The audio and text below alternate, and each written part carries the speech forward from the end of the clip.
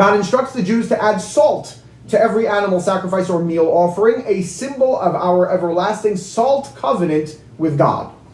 Salt covenant sounds very strange. It is everlasting. You've noticed Friday night or Shabbat during the day, and really this should happen anytime you have a meal, that when you have bread, you dip it in salt when you say the blessing on bread hamotzi.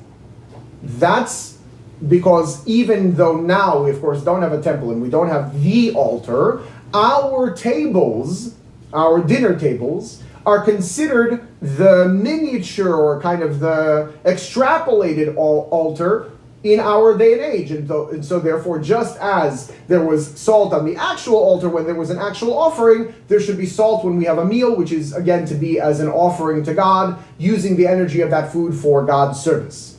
But why salt?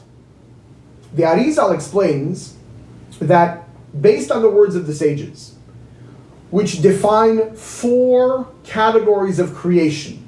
In all of the created things in the world, you can delineate them into 4 categories. Inanimate objects, stones, vegetation, trees, animals, and the human being.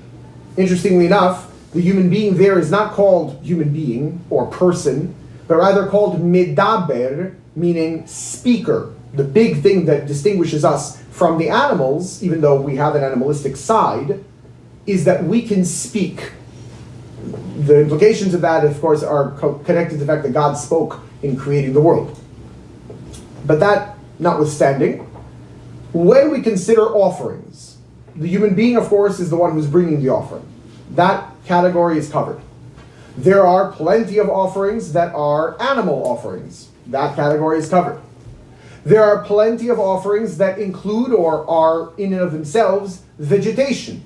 For example, flour from wheat or frankincense or olive oil. All of those things are from vegetables.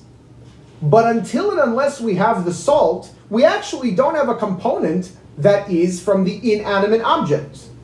And therefore, salt must be included on all of the offerings.